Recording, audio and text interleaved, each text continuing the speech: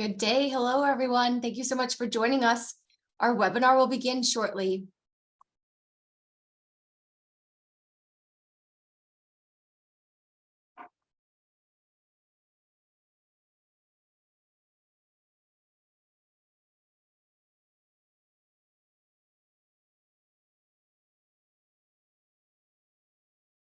We encourage you to ask questions of our speakers today, but if we could please ask you to use that Q&A section located at the bottom of your screen to just make sure that we don't miss that important question. As you'll soon find out, our chat moves very quickly. And so in order to answer your question after our presentation, we'll need to see those in the Q&A section.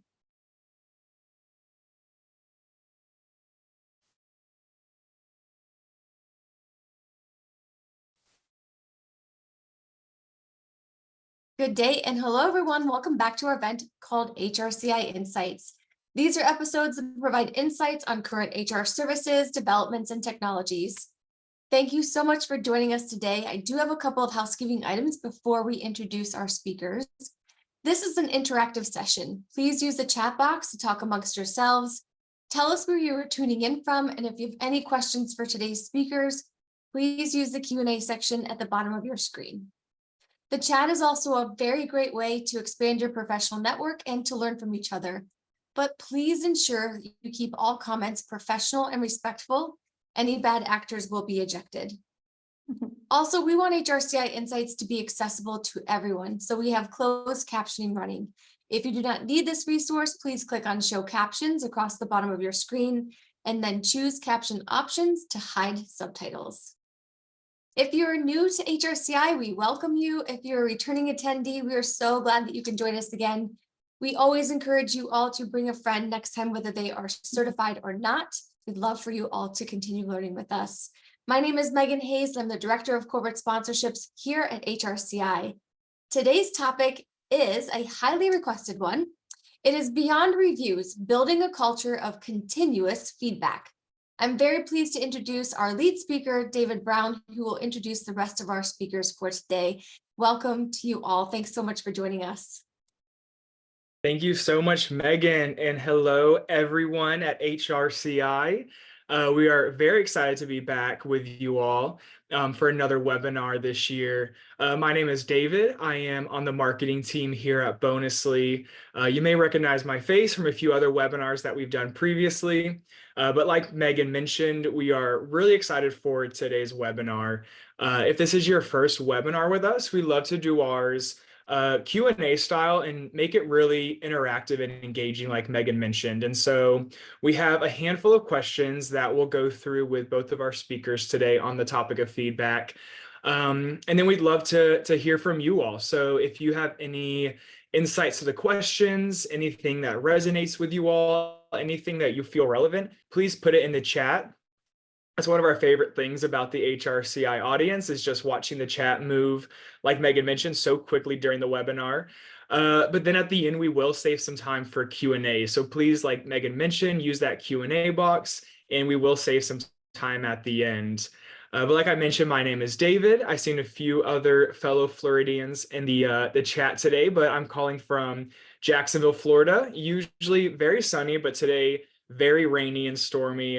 Thankfully, it just stopped thundering, so we should be good to go for the rest of the day. But I am really excited to introduce today's speakers. You may have recognized them from some previous webinars that we've done, but I would love to pass it over to Aaron and then Justin and just let us know where you're calling in from. And today's icebreaker question is, what is one of the best pieces of feedback that you've ever received? Great. Thank you, David. Hi, everyone. I'm excited to be back with you all. So I'm Erin Daruska. I am a senior people business partner for Christine Matthews Consulting, a One Digital company. We provide essentially act as a fractional head of people to life science and tech startups. And I am in outside of Winston-Salem, North Carolina. So shout out to my North Carolina folks. I saw there was several in the chat. So a piece of feedback that I received. So initially this feedback, I did not, I actually kind of bumped up against. And so it is a testament to sitting with the feedback that you receive that you might not agree with and realizing that there's some truth to it. So I had a manager once that asked me to do something and I said, well, I don't have time for that. And he's like, well, I can clear your schedule and make the time. You're just not making it a priority. And I was like, ooh, ouch. But upon reflection, he was right. I wasn't making whatever it was, I don't even remember what it was at this point, the priority. And so now it's reframed how I provide feedback and how I consider my time. So now it's like, oh, if I don't want to do something or if I don't want to make the time for something, I will just say, well, it's not a priority for me right now. So that's a piece of feedback that has really just sort of stuck with me.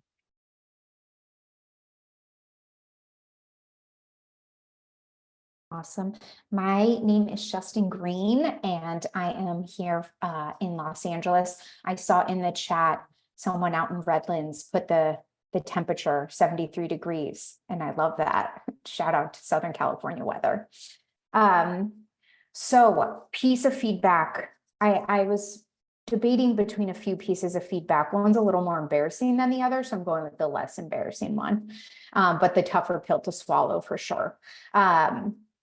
I was in my sort of late 20s at that point in your career where you're not just a recent college grad, you're wanting to move into more senior positions. And I had this big presentation and I asked my manager to meet with me pretty much every night around 8 or 9 p.m. to review this deck I was working on. I didn't understand the ask at the time. She had 2 kids. That's why she could meet at 8 or 9. It was after she put her young kids to bed. And now that I have 2 young kids, I can't believe she did that for me. But after a few days of doing this, she just said to me, she was like, you've got to know when enough is enough. You have to put this down. This is good enough and move on. And every perfectionist fiber in my body completely bristled, because what is life if you weren't trying to be absolutely perfect? But I think when you're a little bit more junior, maybe perfectionism looks great, right? It's attention to detail, it's really following through. And as you become more senior, perfectionism isn't very strategic. And so, yeah, it was a very jarring piece of feedback for me, but it sort of stopped me in my tracks. And I was like, she's like, you're good enough is great. Just, we got to move on. I can't meet with you at 9 p.m. anymore. So yeah, I think that kind of flipped a switch for me in terms of how to prioritize. I love that. Thank you both so much for sharing. And I'm really excited to see the chat download after this, because there are so many amazing pieces of feedback that everyone shared in the chat. I will go ahead and drop Aaron and Justin's LinkedIns if you would love to connect with them, learn more about what they do. And if you do have any follow-up questions, I know they would love to connect with you all. But we are, like we said, very excited about today's topic. We, like I mentioned, do our webinars Q&A style. And so far this year, we've had a few questions surrounding feedback, whether it be from managers, whether it be receiving feedback. And these questions really, the chat just really resonates with them. The chat always wants to know more. And so we decided we should finally do a webinar about it. And so thank you all so much for coming. We're excited to really talk about feedback from all angles, whether it be for managers, how to give feedback, for how to receive feedback, how to react to feedback, and then most of all, just really the importance of continuous feedback versus this, one time a year feedback cycle, which a lot of people do right now. And so let's get started with the first question. We'll start with you, Aaron.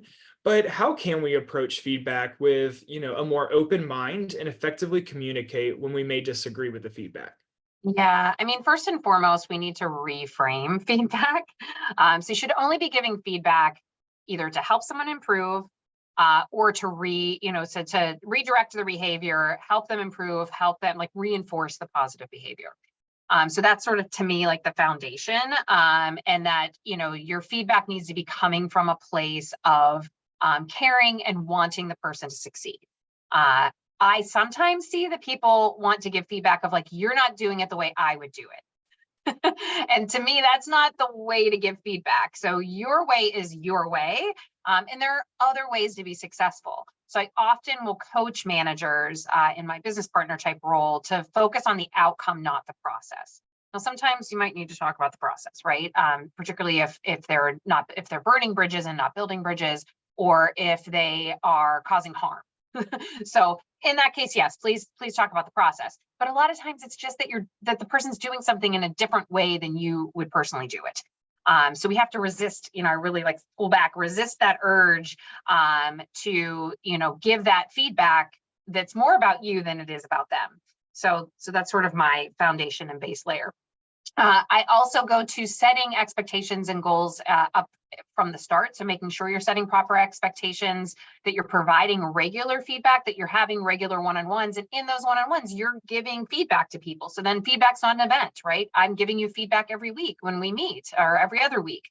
And then the rest for me falls into developing our manager's emotional intelligence. So this comes into play both for self-awareness, for self-regulation. So you need to know when you personally, as the person giving the feedback, are in the right headspace to actually give that feedback and give it in a way that the person's going to hear it. We need to make sure that the other person is at the capacity to be able to hear and receive that feedback. I am a big advocate of partnering with, in the preaching to the choir, I'm sure, but this audience of, working with the HR business partners and your HR team to help coach the managers on like, hey, have a manager go to us and say, I have to give this feedback. I'm not sure how to do it, or here's how I'm planning on saying it. Can you tell me how it will land for you? So that you can maybe give some feedback. It's like, all right, well, when I heard that, it sounded like you were being accusatory, or you can give them feedback in a very safe space. So I'm always a big, always offering to be like, hey, listen, I'm happy to partner with you and to hear your feedback. Because a lot of what you say is in the tone. And so if the person's not used to sort of listening to their own tone, then that can help, because you can sort of hold that mirror up to them and allow them to do that. Allowing for silence and space in the conversation. Somebody had popped it in the chat. I saw it earlier about which is one of my favorite things, where you have 2 ears and 1 mouth for a reason. So you should be listening twice as much as you talk. So I think it was a person named Brian that had put that in there. So I agree, allowing for that space. A lot of times people feel uncomfortable with silence. And so they keep filling the space with words when it's okay to allow that. Always have your facts straight, of course, because if I've made that mistake before, super early on in my career, where I was only taking a part of the facts into play. So making sure you have that, asking their perspective, not leaving things fester. I often see that happens is like we choose not to say something because we want to be nice. We don't want to hurt their feelings. We don't want to be uncomfortable, so we don't say anything. And then it becomes a larger thing. I have a colleague who talks about like, oh, it was just a little piece of sand and now it's like a pebble in your shoe. So it's something a lot more uncomfortable than it needed to be. So if it's a piece of sand, you can just easily wipe it away. It's okay to acknowledge if feelings come up or there's disagreement, to pause the conversation and say, hey, let's take a break and let's take some time to reflect, and we'll come back, but just don't not come back to it, right? That's, sometimes that happens where people are like, oh, just never mind. I'm not going to, I tried that conversation and I'm never going to do it again. And so I don't want to continue to have these uncomfortable feelings. So I'm just going to not talk about it anymore. And sometimes, I have seen feedback turn into people resigning as a result of that. And it's okay if that happens, right? Like we can't control the other person's reactions, but I can control my delivery and I can control being in integrity with the message that I'm giving. Justin, do you want to add anything? It was just so perfectly and beautifully said. I agree with everything you said. I will pull out one thread. So sort of going back to the emotional intelligence piece, I think people are, promoted into the role of manager, and I think they think they're just supposed to be good at this. But if you pull back a little bit, this isn't a really normal social interaction, right? Like we're not in relationships where we're continuously giving people feedback, or at least not many of us are in relationships where it's your friends, your family. If you think about those dynamics, you're not in a constant state of, well, tell me how I can do better. And so this isn't a social interaction that's typical. And so we are always in a learning process. And I think that if you think of yourself as learning how to do this better versus I am supposed to know how to do this, then you are more open-minded. You are more receptive to kind of the bumps that come along with delivering feedback and or receiving feedback. And if you have people who are newer in their career, if you think about, we spend the first sort of 20-ish years of our life in school. And in school, you write a paper, you hand it in to the person who decides whether or not it's good or not. And they give you comments and they give you a grade. And then you move on to the next grade. So that's this dynamic, this sort of power dynamic, this social dynamic that we're all used to for the beginning of our lives. And I think about it a lot, like I was so floundering in the beginning of my career because I didn't have these markers that kept me moving forward. And so thinking about that people just want acknowledgement of you're moving forward, you're working on things, you're growing, let's make an adjustment here. And if you kind of, I think it just helps to kind of pull back a little bit of like, what is the intention of feedback and why are people asking for it in this social dynamic? There is a power dynamic, right? Your manager or like a teacher can be a person responsible for whether or not you move forward, can be the person who advocates for a promotion where you get more money, where you get a title. Those are important things to people, just like an A or a grade in school is important to people. Getting into a school, those kinds of things. So there's just a like kind of a bigger picture dynamic, I think, going on, and this is an important skill that we're always developing. So if you keep in mind that we're learning, I think it just helps people be a little bit more open to the whole conversation. Yeah, I love that. And I always tell people, it's like, this is a skill and we are constantly evolving in this. I'm like, I think I'm fairly good at giving feedback, but I know I can still get better at it. I love that. And I love how you frame that, Shustin, and especially saying we're always learning. And that applies definitely to feedback, because like you mentioned, it's a skill that we don't really learn from a young age necessarily. But that really applies to a lot of things. We're learning every day, really. And I do want to call out the 6 Ps on the screen. I'll drop the link to the article in the chat. This is from Harvard Business Review, and just some really good pointers and advice on how to process feedback. And so I would encourage everyone to look at that link, read it later. It's a very in-depth article, but we just pulled out a few pieces here. And we'll continue to share some resources and all as we go through the rest of this webinar. But we did talk, both of you, about managers. And that really is another big topic this year that we've been discussing. And a lot of managers really feel not necessarily trained or prepared or ready for the roles that they've been given. And I think it especially applies to feedback. And so, Shustin, we'll start with you, but how can managers structure clear, actionable feedback, especially when they have so many different personalities working on their team? Yeah, I'd like to give managers a template, sort of an outline, so that maybe those first few times we work really closely together to fill that in, but then they actually have that going forward, kind of this resource that they can go back to. So the way I think, and I'm going to kind of look up at my screen because I'm going to tactically go through sort of how I think about this outline. First of all, as a manager, I always say, know the intention or purpose of your feedback. And that goes back to what Erin said of, is this person, is the way they operate, or the way they process information, or the way they process how they get something done, is that just not the way I do it? Okay, if that's the case, go talk to your HR person, work that out behind the scenes. But what is the intention of the feedback? Are you trying to, and that helps you get to the second part, which is have a shared positive intention for this person. You can say to somebody, I know that you want to be invited to present at this huge industry conference. That means you have to nail your presentations in front of the executive team. So now you let them know you understand their ultimate goal. You have their best interest in mind, and you are giving them this feedback so you get them closer to what they want. that way you already have that sort of trust and buy-in from this person that what you're telling them gets them to their ultimate goal. And then you ask questions, right? Like, how do you think the presentation went on Tuesday? What were some of the pain points? Tell me about your prep process, those kind of things. You get them talking. And then you can share your specific observations. Hey, I noticed that you touched your hair a lot. I noticed you were flicking a pen. It made you look nervous. Were you nervous? And then come up with a shared plan going forward. So if it's something they're going to do again, hey, why don't you prep this presentation a week in advance and we'll do 2 run-throughs before that you get in front of the exec team instead of the one that we did.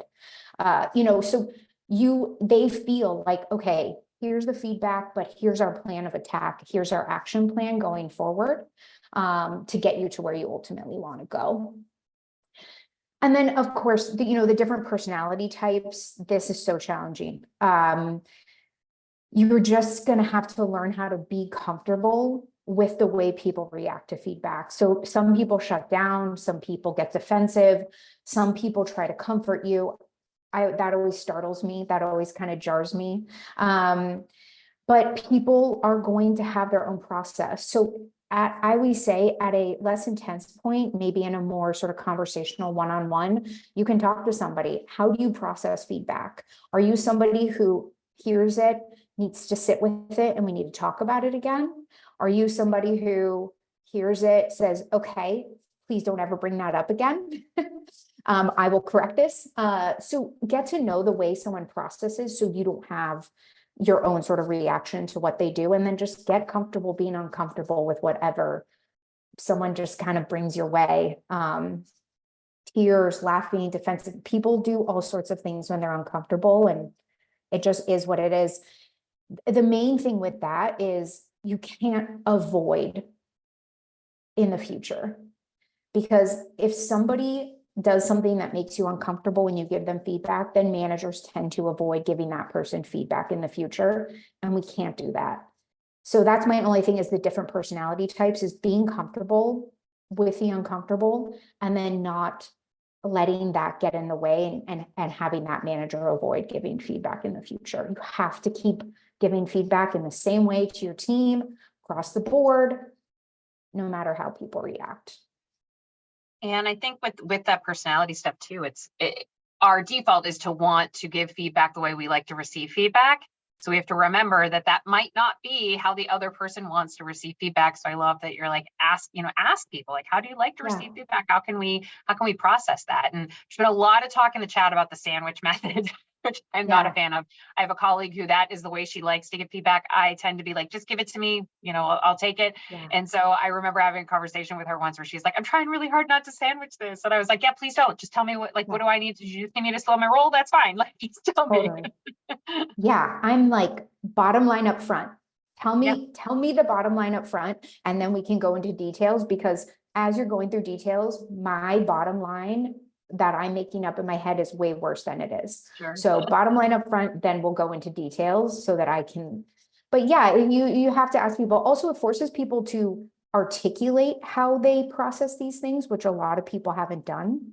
Right. Or even think about it, right? Like, no one's ever asked me that. I need to think about how do I process feedback? Exactly. So yeah, fun stuff. Yes, I know the sandwich method always gets a lot of reactions in the chat, and so I'm glad you brought that up, Erin.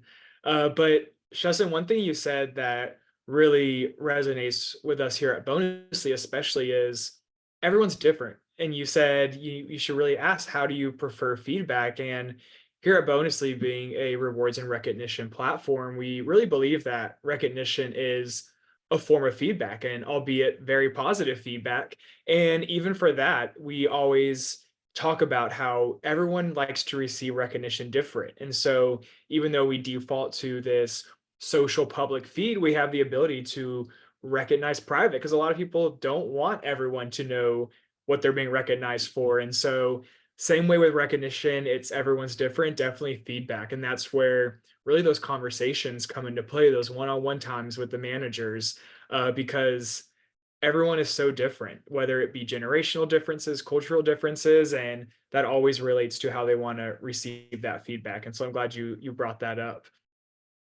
And so this next question, we will start with you, Aaron.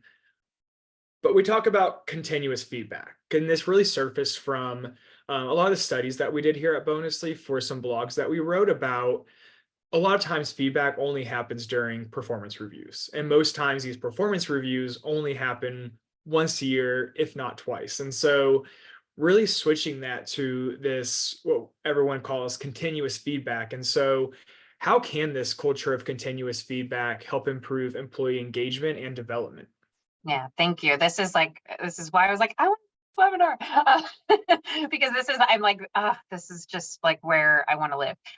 So for me, like, I don't think anybody wakes up in the morning and says, I think I'm going to do a bad job today. And like, how can I make that happen? How can I make work horrible for me and everybody else? So if we go into that like with a positive intention, assuming that people want to do a good job, then it's our job to make sure we're setting expectations, to make sure that we know what their strengths are and that we're leveraging their strengths. And if you're giving continuous feedback, I kind of look at it as like these little micro tune-ups, right? You're in these meetings, you're talking to them all the time, so that you have this ability to just fine tune here and there. And it's not this event, it's not a big deal. You're just, giving information, hearing their perspective.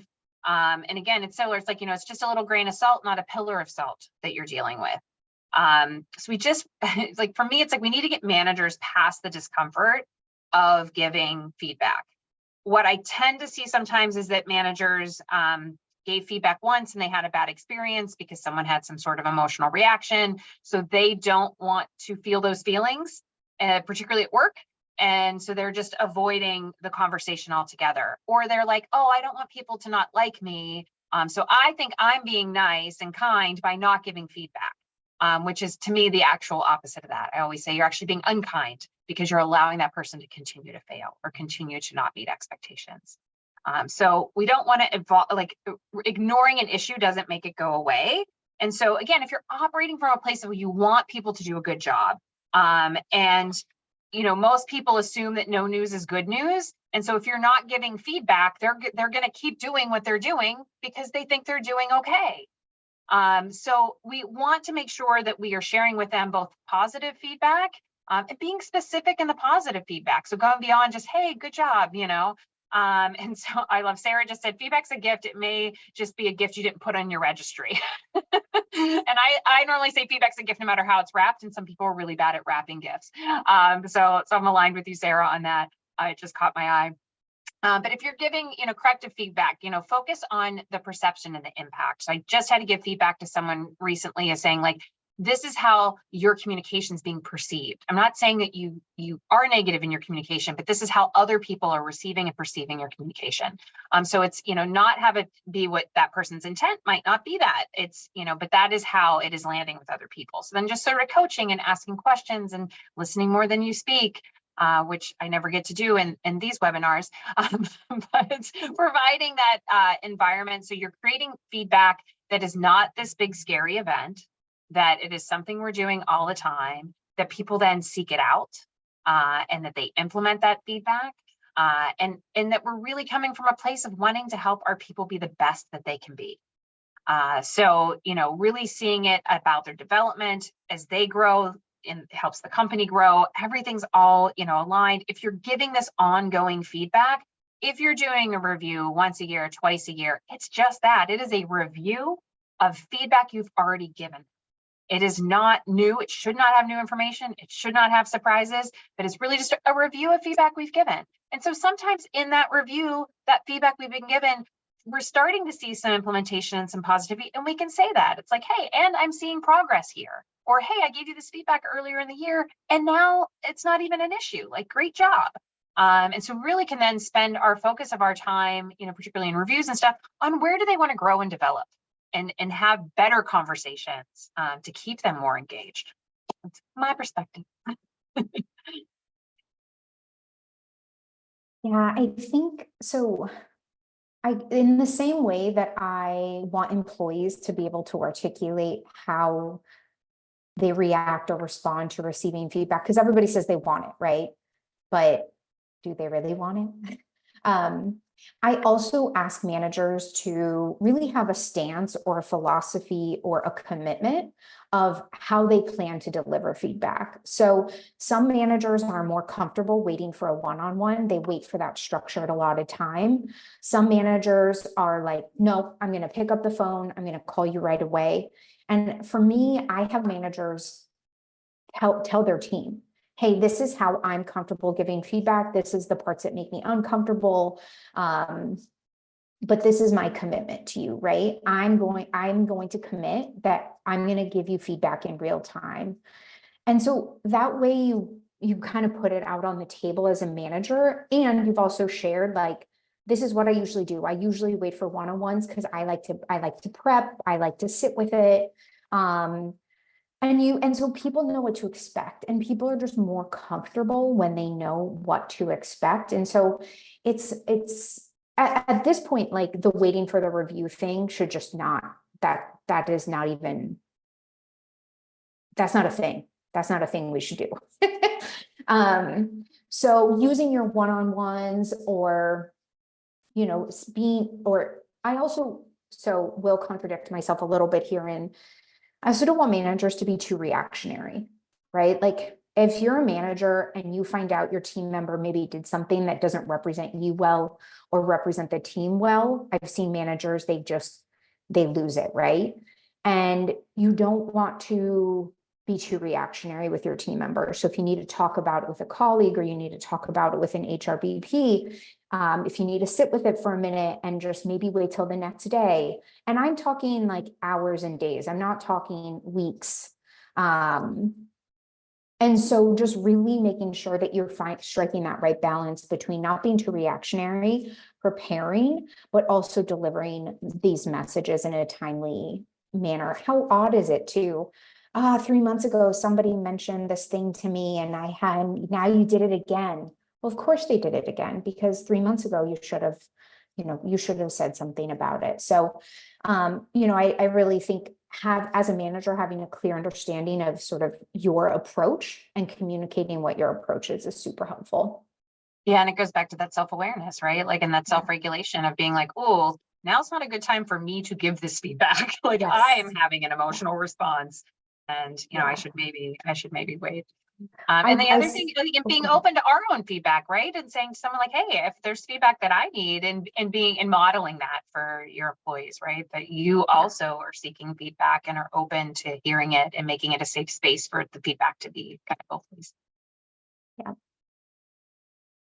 I also love this dynamic where you all talk about sometimes the harder part of feedback, and I get to talk about the positive feedback and recognition, because what you said, Justin, really applies to what we talk about a lot at Bonusly with recognition, in that it really has to be timely and specific are two of the things that we always talk about, and that applies to feedback as well. But it can't be in the performance review or every 6 months. Hey, you did a great job 6 months ago or a year ago with this, or hey, a year ago this is what you could have done better. And so really just the importance of feedback, recognition, all of it being timely, specific, especially those two things when it comes to the feedback portion. So I'm glad you mentioned that.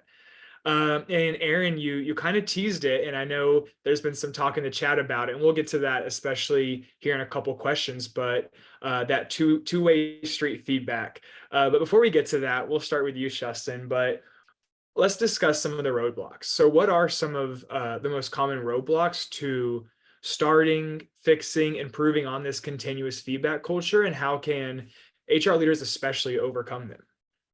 Yeah, I think Erin and I are probably going to overlap here a little bit, but providing feedback is a huge emotional lift. It's a lot of work. And when people are really busy, people will take the path of least resistance. So if you think about that, it's easier to fix something yourself than it is to teach somebody else how to do it. It takes less time to just do it yourself. So think about how often we do that. Oh, I'll just fix this. because that'll take me 10 minutes, whereas teaching this person how to do it will probably take me an hour. Okay, so we typically, when we're busy, go the path of least resistance. And so if giving feedback is a huge emotional lift, and you're busy and you're stressed, which most people are, you're going to avoid it. And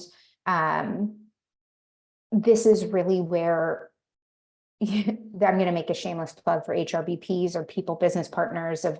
This is really where that partner can help you so much, right? If you go to them and you say, this is too much, I don't even know how to think about this or to distill this down to feedback, and have someone be a sounding board for you, a good HRBP can clean this up for you in 30 minutes, clear all your emotions about it, set you on your way to have what will probably end up being a 3-minute conversation that you've probably spent weeks avoiding.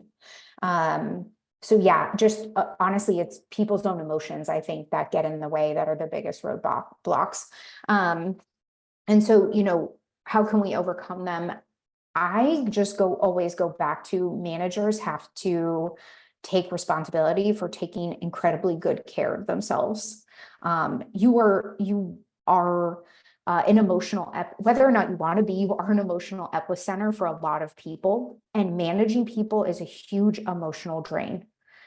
You have everything coming in from your executive team, your peers, now your direct reports.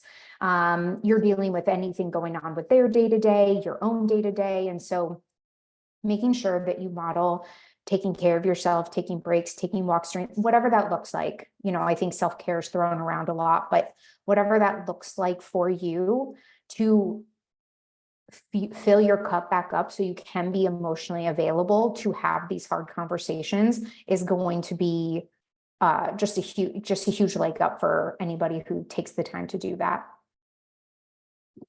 And I would say same, like time, of course, is always that one, we're too busy. And I go back to sort of the feedback I was given, right? Like we need to make it a priority to give the feedback.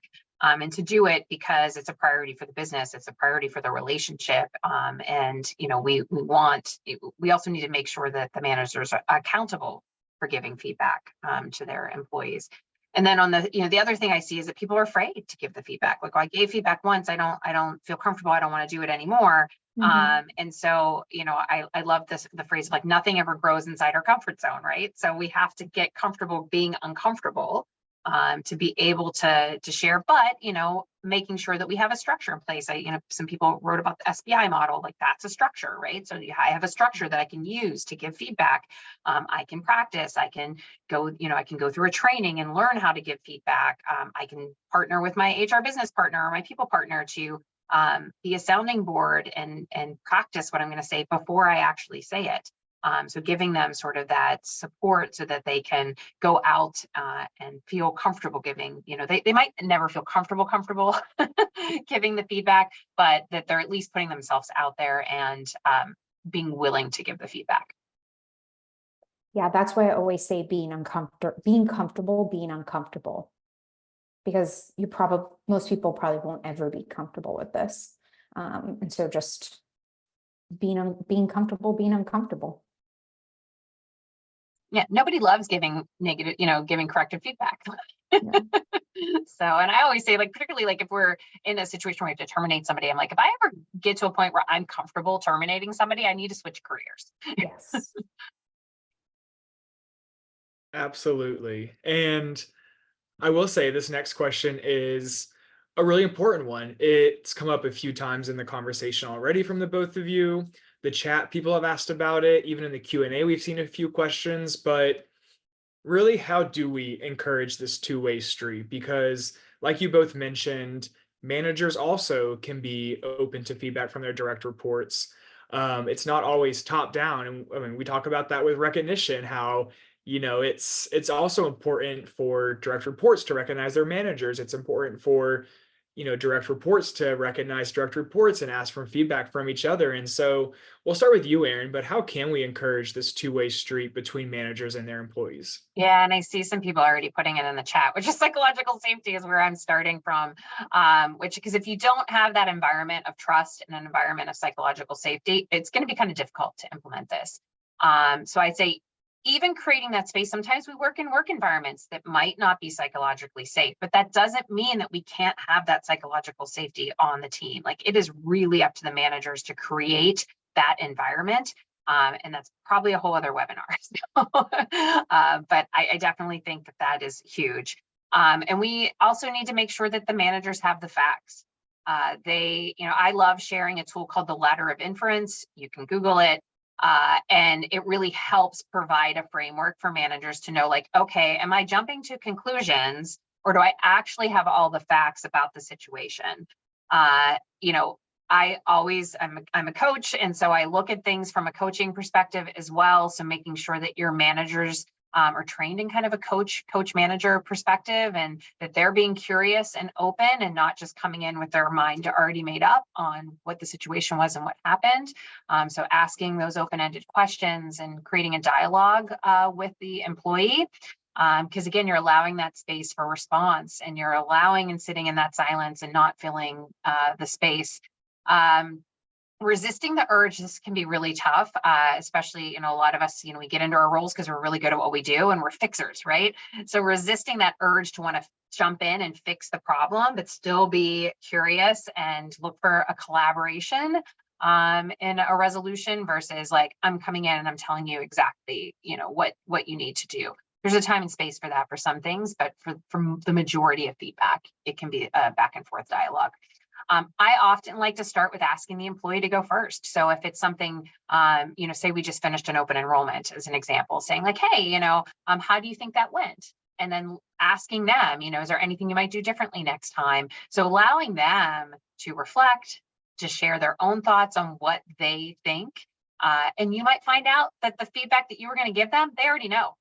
And so then it makes it a little bit easier because they've already figured it out on their own. And when they're figuring it out on their own, they're much, it's a greater chance that they're going to actually implement and make changes, because it's like, oh, I own this. Like, I realize this. And again, if you've created the safe space and you're sharing, and you can add on like, yeah, I agree. And here's feedback I heard from others, on that. So you're making it a conversation, you're making it a dialogue and not a monologue. Yeah, so the giving feedback to a manager is a tough one for me. I feel like I'm very comfortable giving feedback to direct reports and peers and cross-functionally. And then when it comes to my manager, it's in my nature to comfort them. I don't know why, but I've had really great managers and I've had really good relationships with them. And when they've sort of privately come to me and said like, hey, I heard this, or what did you think of this situation? I totally freeze. I'm like, no, you're the best. You're awesome. Everything's fine. So I try to think of ways to, so if I'm somebody who's comfortable with this and I am self-aware that I do this, I try to think of ways to kind of, and I'm having a hard time, I try to think of ways to kind of circumvent this like direct give your manager feedback thing. And so one, I think it's super important for managers to create a learning environment. So what that looks like is sharing how they learn, what they're learning in their role, and then implementing the changes that they've made based on the feedback they've received. So being sort of giving people insight into what's going on in your own head. Maybe that looks like in team meetings, somebody on the team provides a learning session, just creating a collective learning environment that we're all learning at the same time, including a manager, kind of humanizes a manager a little bit. Two, I really like skip level interviews. Some people are totally freaked out by that. I think they're incredibly effective if you're also, being guided by an HRBP or an HR person, right? Making sure that what you do with that feedback is really constructive and it's a really sort of considerate environment. But for somebody to get time with maybe a VP or a director level, and there's layers in between them, is really, really powerful. And then that way, that VP, they're responsible for giving feedback to their director. So if they are talking to 5 or 6 people on that team and they're hearing the same thing, that VP can say, oh, okay, my director really needs to work on tone, or,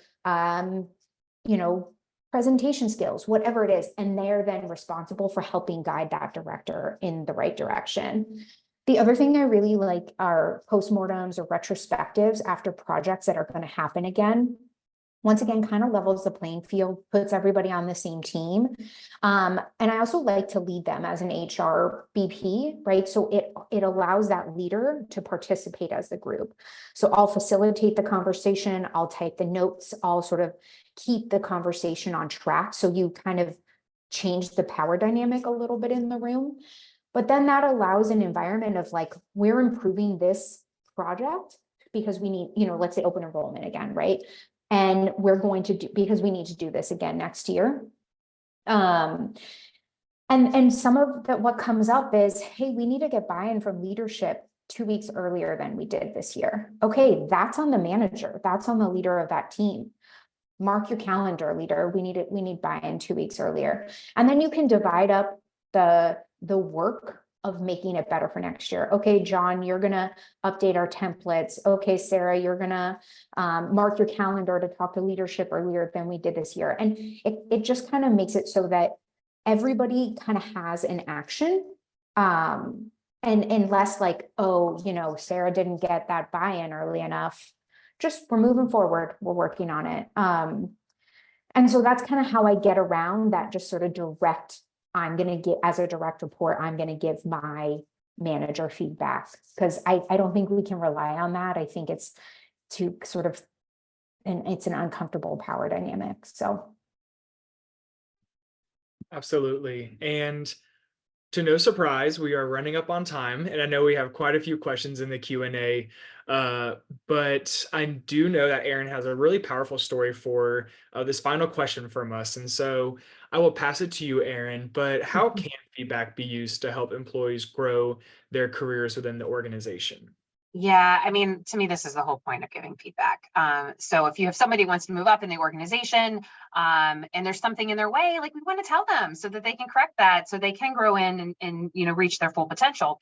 So I had worked in an organization where I had somebody who was working for me that was in like a people and culture kind of role, and that was their role was really about chatting with the employees, finding out what was going on for them, and helping to put programs in place to support them. And at some point, our founder was like, I think this person's not doing a good job. All they do is talk to people all day. And I'm like, yeah, that is their job. But we had again, the founder was very headstrong.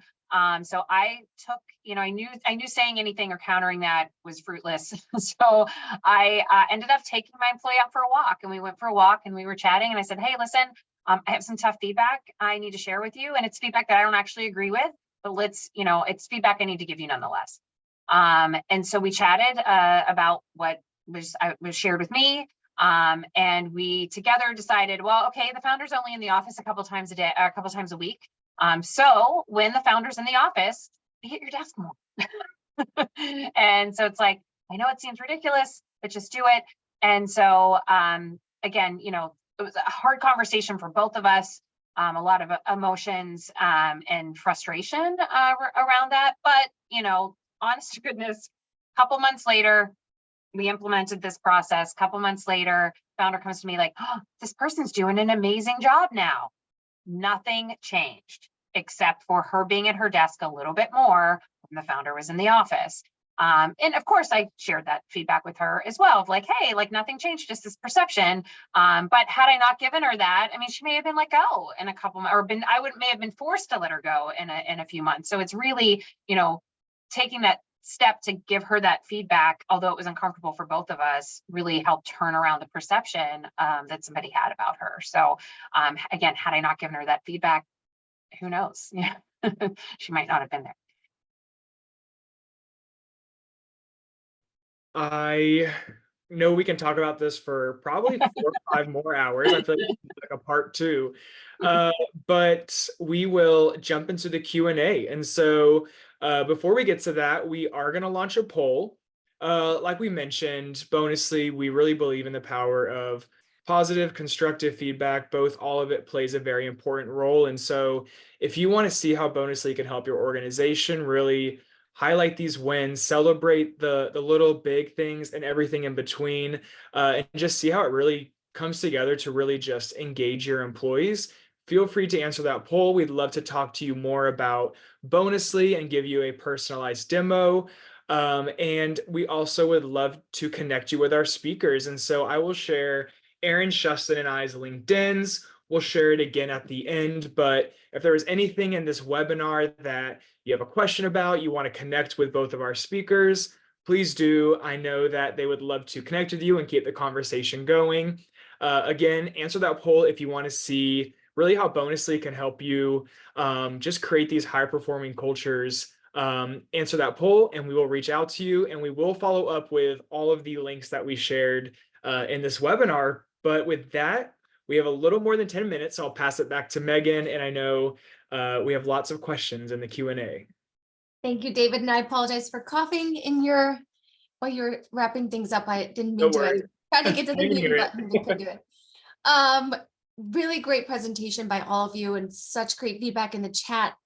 Speaking of feedback, but first questions first. This particular attendee said, I sometimes struggle with one, helping managers understand how they can give feedback without it coming across as disciplinary, and two, helping employees understand all feedback is not meant as discipline. I know you addressed this a little bit, but if you wouldn't mind expanding on that because I think a lot of misconceptions do take place where people assume the worst and think that they're being disciplined or their tone is coming off as disciplinary. You and me, Mary. We can take turns. Yeah, go ahead. Okay. Yeah, so I think what I would probably go back to the manager, and I mean, if people are perceiving it as a disciplinary conversation, there's probably something about the tone or the messaging that feels discipline-like.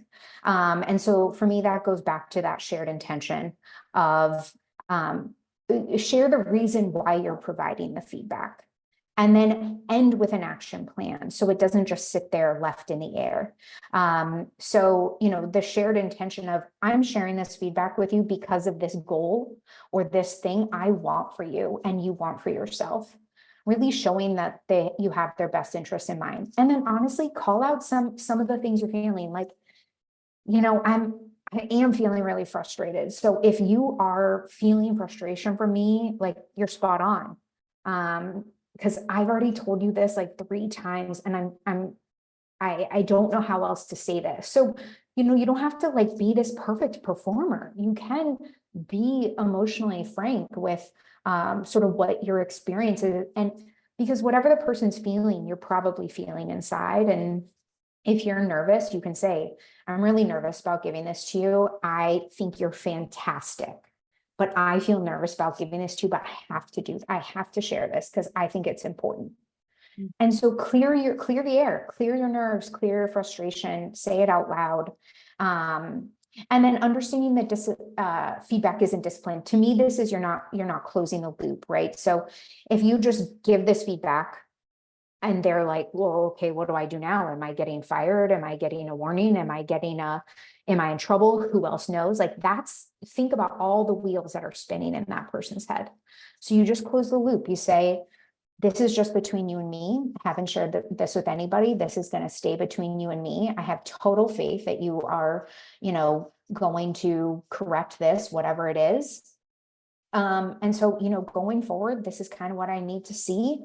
And then we're all good. No problem. No biggie. We're moving on.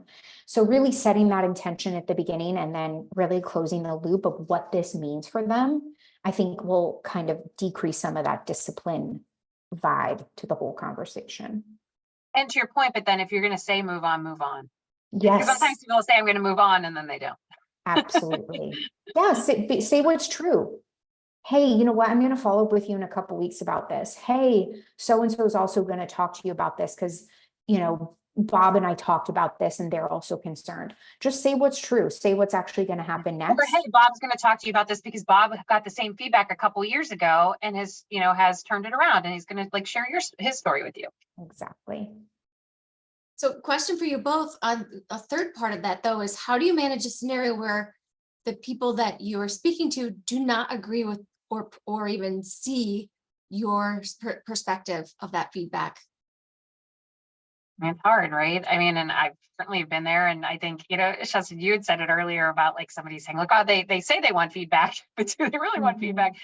I had that happen recently where it's like I gave somebody, they're like, oh, I'm open to any feedback you have. And I'm like, great. And then I gave them the feedback and it was all defensive back to me. And, and so I, at that point was like, okay, like I try not to, I'm pretty good at self-regulating. And so I was like, here's, like, I think we're going to have to disagree on this, but like, here's my perspective. And, I want to share and I'm sharing this with you. And I think somebody popped it in the chat earlier too, of like, saying like, I'm giving this feedback because I care. I'm giving this feedback because I want you to succeed. It's not, to your earlier point, like it's not disciplinary. Like in this case, it wasn't like we were, like I'm a consultant and they're a client. So there's literally no like connection there to their performance.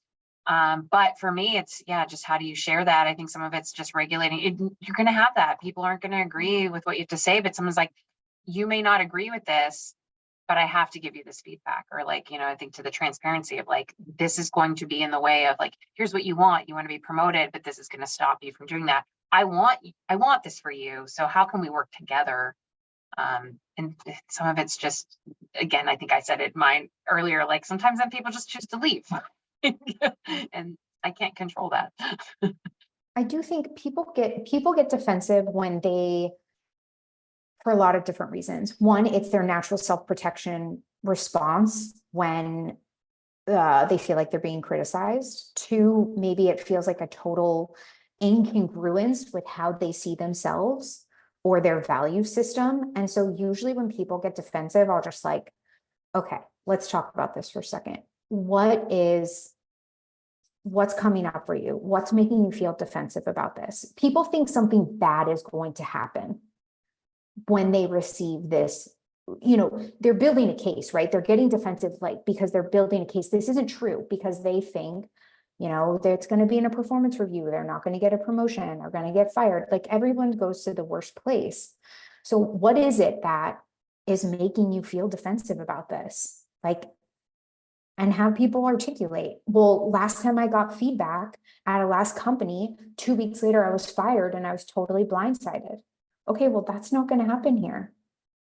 So people come in with their baggage, their history, their childhood stuff into these situations. Once again, going back to the fact that this is not a typical social dynamic.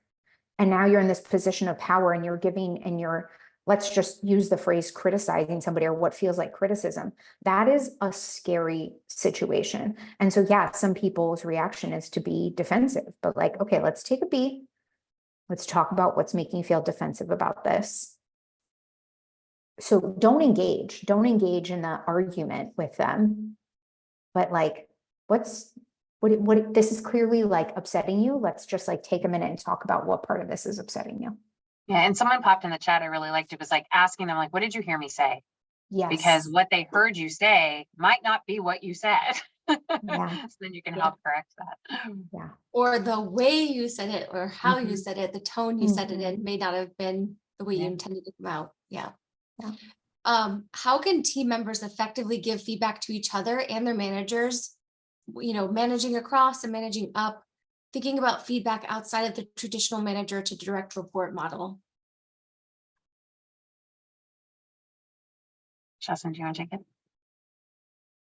I can hop in. I think some of this comes down a little bit to, well, actually, first of all, do you have a relationship with this person? Do you have a trusted relationship with this person? So if you're just, putting a Zoom meeting on someone's calendar that you've never worked with before, and your first conversation is some sort of feedback, You suck. Yeah. Stop right there. Stop. Delete that calendar invite.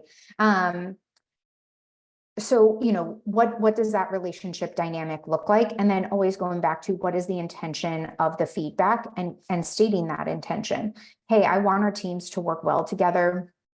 Sounds like this is going on. Are you seeing this as well? Coming at it from a positive intention and a lot of curiosity and a lot of asking questions is always going to go over way better than, giving a peer or somebody feedback. If you're, especially if you're all working towards the same goal or the same project or the same initiative, if you come at it from that angle of like, how are we going to get there better, faster, more efficient, happier, then I think that kind of lays that foundation. But also just building relationships with your peers, getting to know them so that conversation can come up naturally. Yeah, I agree that having the relationship is helpful, right? And I like to sometimes say, hey, can I share my perspective? So it's not feedback, I'm just sharing my perspective. And the person can say, no, I don't want to hear your perspective. And it's like, okay, and I love the idea too of like always giving positive, like when there's opportunity to give the positive feedback or have those positive interactions to build that relationship. So that when you do have to give some sort of other sort of constructive feedback, you're not deteriorating the relationship because you've already built some positivity in there. So the person's perceiving you as positive in the first place. Yeah.